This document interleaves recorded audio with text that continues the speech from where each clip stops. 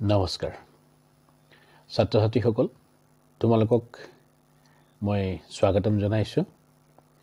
যোৱা খণ্ডটিত আমি প্ৰশ্নবোধক কেনেকৈ কৰা হয় সেই সম্পৰ্কে আমি আলোচনা কৰিছিলো ইন্টাৰোগেটিভ কৰাৰ নিয়ম সম্পৰ্কে আলোচনা কৰিছিলো আৰু অক্সিলাৰি ভাৰ্বৰ সম্পৰ্কে আলোচনা কৰিছিলো তোমালোকে নিশ্চয় বুজিব পাৰিছা কোনবিলাকক অক্সিলাৰি ভাৰ্ব বা সহায়কাৰী ক্ৰিয়া বুলি কোৱা হয় আৰু প্ৰশ্নবোধক কেনেকৈ কৰা হয় প্ৰশ্নবোধক কৰিবলৈ কি কি নিয়ম পালন কৰিব লাগে যোৱাটো খণ্ডত আমি প্ৰেজেন্ট টেন্সৰ কিছুমান সেন্টেন্স লৈ আমি প্ৰশ্নবোধক কৰিবলৈ শিকিছিলো এইবাৰ আজিৰ খণ্ডটোত আমি past tense অতীত কালৰ কিছুমান সেন্টেন্স লৈ আমি প্ৰশ্নবোধক কেনেকৈ কৰিব লাগে সেই সম্পৰ্কে শিকিম বিশেষকৈ আমি past indefinite বা simple past tenseৰ কিছুমান বাক্য কেনেকৈ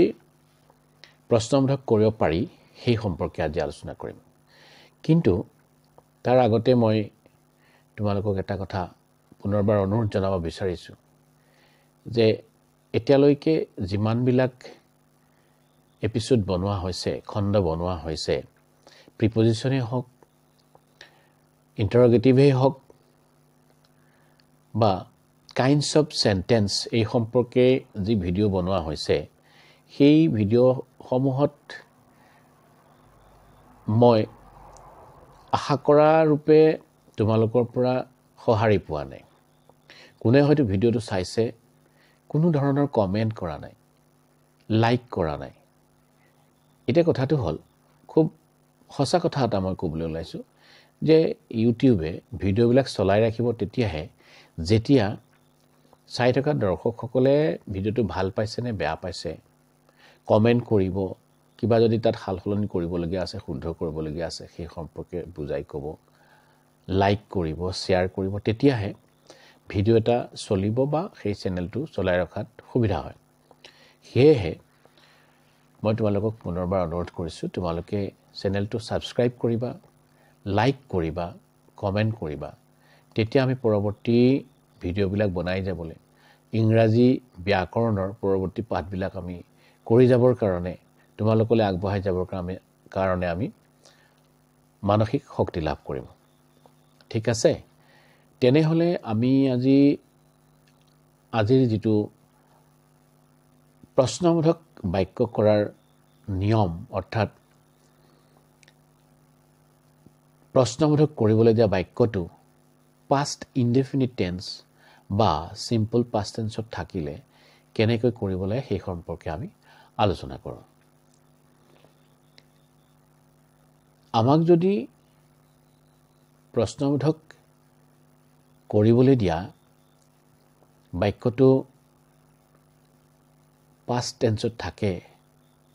তেনেহলে আমি সেইটো কৰাৰ আগতে আমি আজি এটা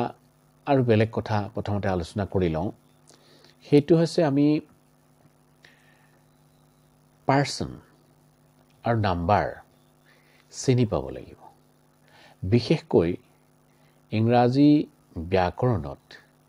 থাৰ্ড পাৰ্সন কোনবিলাক বা কাক থাৰ্ড পাৰ্সন বুলি কোৱা হয় সেই সম্পৰ্কে আমি স্পষ্টকৈ বুজি পাব লাগিব জানিব লাগিব প্ৰথম কথা হল পাৰ্সন মানে অসমীয়াত পুৰুষ অসমীয়া ব্যাকৰণত যেনেকৈ প্ৰথম পুৰুষ দ্বিতীয় পুৰুষ তৃতীয় পুৰুষ আছে ঠিক তেনেকৈ ইংৰাজী ব্যাকৰণটো first person second person third person এই ধৰণৰ আছে এতিয়া আমি ইতিমধ্যে বহুবাৰ কৈছো যে পুৰুষ ইংৰাজীয়ে হওক বা অসমীয়াই হওক তিনিটা ভাগত ভাগ কৰা হৈছে অসমীয়াত পুৰুষ বুলি কয় ইংৰাজীত পাৰ্সন বুলি কোৱা হয় ইংৰাজীত হৈছে কি first person second person third person এটা ফাৰ্স্ট পাৰ্সন বুলি কোৱা ক'লে প্ৰথমে হ'ব মই মই I to is a first person মই প্ৰথম পুৰুষ I first person singular number I to is a first person singular number plural number হৈছে first person plural number হৈছে we আমি অসমীয়াত আমি ইংৰাজীত we second person singular number দ্বিতীয় পুৰুষ এক বচন you তুমি দ্বিতীয় পুৰুষ বহুবচন তোমালোক ঠিক তেনেকৈ তৃতীয় পুৰুষ বা থাৰ্ড পাৰসন সাধাৰণতে কোৱা হয় তেওঁ বা তাই বা ইট এইটুক এইকেইটাক থাৰ্ড পাৰসন বুলি কোৱা হয় কিন্তু সীমানতেই থাৰ্ড পাৰসন সীমাবদ্ধ নহয় থাৰ্ড পাৰসন বহুত আছে এটা আমি পুনৰবাৰ এটা কথা ভালদৰে মনত ৰাখিব লাগিব যে ফাৰ্স্ট পাৰসন বুলি ক'লে I second person you third person সকলোবিলাক কেৱল তেওঁ বা তাইই নহয় সকলোবিলাক মানে কি চকুৰ আগত থকা চকুৰে নেদেখা পৃথিৱীৰ সকলোবিলাক বস্তুৱে থাৰ্ড পাৰসন মই প্ৰথম পুৰুষ first person you second person দ্বিতীয় পুৰুষ বাকি সকলোবিলাক থাৰ্ড পাৰসন সন্মুখত থকা গৰু ছাগলী কুকুৰ মেকুৰী ঘৰ দুৱাৰ ৰাস্তা পদুলি গছ গছনি আকাশ বতাহ সকলো তৰা বেলি জোন ধুলিকণা পাহাৰ পৰ্বত নদী নিজৰা চৰাই চিৰিকটি সকলোবিলাক মানুহটো বুলি ক'লে থাৰ্ড পাৰসন মানুহজনী বুলি ক'লে থাৰ্ড পাৰসন হাতখন বুলি ক'লে থাৰ্ড পাৰসন আঙুলিটো বুলি ক'লে থাৰ্ড পাৰসন চকুটো বুলি ক'লে থাৰ্ড পাৰসন নাকটো বুলি ক'লে থাৰ্ড পাৰসন মূৰটো বুলি ক'লে থাৰ্ড পাৰসন চুলাটো বুলি ক'লে থাৰ্ড পাৰসন কলমটো বুলি ক'লে থাৰ্ড পাৰসন কিতাপখন বুলি ক'লে থাৰ্ড পাৰসন চৰাইটো বুলি ক'লে থাৰ্ড পাৰসন বেগটো বুলি ক'লে থাৰ্ড পাৰসন সাইকেলখন বুলি ক'লে থাৰ্ড পাৰসন গাড়ীখন বুলি ক'লে থাৰ্ড পাৰসন ৰাস্তাটো বুলি ক'লে থাৰ্ড পাৰসন ভগৱান বুলি ক'লেও থাৰ্ড পাৰসন ঈশ্বৰ বুলি ক'লেও থাৰ্ড পাৰসন মা বুলি ক'লে থাৰ্ড পাৰসন দেউতা বুলি ক'লে থাৰ্ড পাৰসন দাদা বুলি ক'লে থাৰ্ড পাৰসন মানে মই ফাৰ্স্ট পাৰসন প্ৰথম পুৰুষ you সেকেন্ড পাৰসন দ্বিতীয় পুৰুষ বাকি পৃথিৱীৰ সমস্ত বস্তু থাৰ্ড পাৰসনত পৰে জুন বেলি তৰাৰ পৰা ইত্যাদি আৰম্ভ কৰি আমি ভগৱানক দেখা নাই ভগৱান বুলি ক'লেও থাৰ্ড পাৰসন গতিকে এই থাৰ্ড পাৰসনটো চিনি পোৱাটো খুব জৰুৰী থাৰ্ড পাৰসন চিনি নাপালে বহু সময়ত ইংৰাজী ব্যাকৰণ শিকোতে আমাৰ অসুবিধা হ'ব গতিকে এই থাৰ্ড পাৰসনটো তোমালোকে ভালদৰে মনত ৰাখিবা চিনি পাবলৈ যত্ন কৰিবা যে কোনবিলাকক থাৰ্ড পাৰসন বুলি কোৱা হয় এইবাৰ আহোঁ আমি আমাক প্ৰশ্নবোধক কৰিবলৈ দিয়া ইন্টাৰোগেটিভ কৰিবলৈ দিয়া সেন্টেন্সটো যদি past indefinite টেন্সত থাকে বা সিম্পল past টেন্সত থাকে তেনেহলে আমি এটা চাম যেহেতু আমাক দিয়া বাক্যটোত অক্সিলাৰি ভাৰ্ব নাথাকে তেতিয়া আমি ইতিমধ্যে আলোচনা কৰাৰ দৰে আমি ডু ভাৰ্বটো অক্সিলাৰি ভাৰ্ব হিচাপে ব্যৱহাৰ কৰিম কিন্তু বাক্যটো যেহেতু past indefinite টেন্সত আছে যেটো বাক্য আমাক প্ৰশ্নবোধক কৰিবলৈ দিয়া হৈছে past indefinite টেন্সত আছে গতিকে সেই বাক্যটো আমি প্ৰশ্নবোধক কৰোঁতে ডুৰ ঠাইত ডুৰ past tense did লিখিম অৰ্থাৎ v2 ভাৰ্বৰ লিষ্টখন তোমালোকে যদি চোৱা তাত পাবা ডু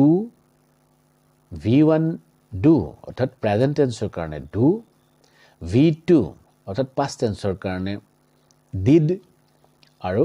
তাৰ পিছত আছে past participle এতিয়া আমি বাক্য এটা যেতিয়া প্ৰশ্নবোধক কৰিম তেতিয়া হলে আমি কি লিখিম ডুৰ ঠাইত did লিখিম কিয় লিখিম যে আমাক দিয়া বাক্যটোৰ মূল যেটো ভাৰ্ব আছে মেইন যেটো ভাৰ্ব সেই ভাৰ্বটো past টেন্সত আছে অৰ্থাৎ বাক্যটো past indefinite টেন্সত বা simple past টেন্সত আছে গতিকে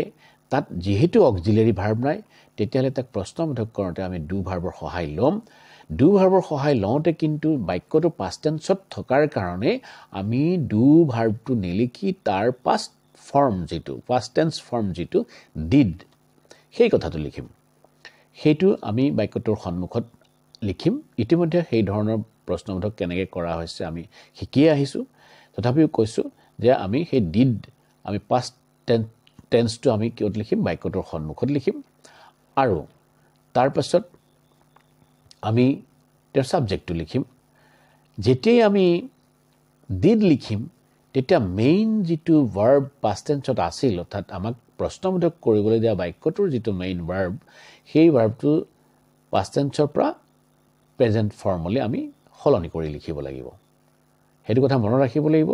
পাষ্ট ইনডেফিনিট টেন্সৰ বাক্য এটা প্ৰশ্নবোধক কৰোঁতে আমি ডু ভাৰ্বটো সহায় ল'ম সহায় লৈ তাৰ পাষ্ট ফৰ্ম ডিড লিখিম ডিড লিখাৰ কাৰণে মূল যিটো ভাৰ্ব থাকিব মেইন যিটো ভাৰ্ব থাকিব সেই ভাৰ্বটোৰ পাষ্ট টেন্স ফৰ্মৰ পৰা আমি প্ৰেজেন্ট টেন্স ফৰ্মটো লিখিব লাগিব তাৰ পাছত আমি বাক্যটোৰ শেষত প্ৰশ্নবোধক চিন ব্যৱহাৰ কৰিম এই নিয়মটো ভালদৰে মনত ৰাখিলে আমাৰ প্ৰশ্নবোধক কৰাত অসুবিধা নহ'ব মই পুনৰবাৰ কৈছোঁ যেতিয়া আমাক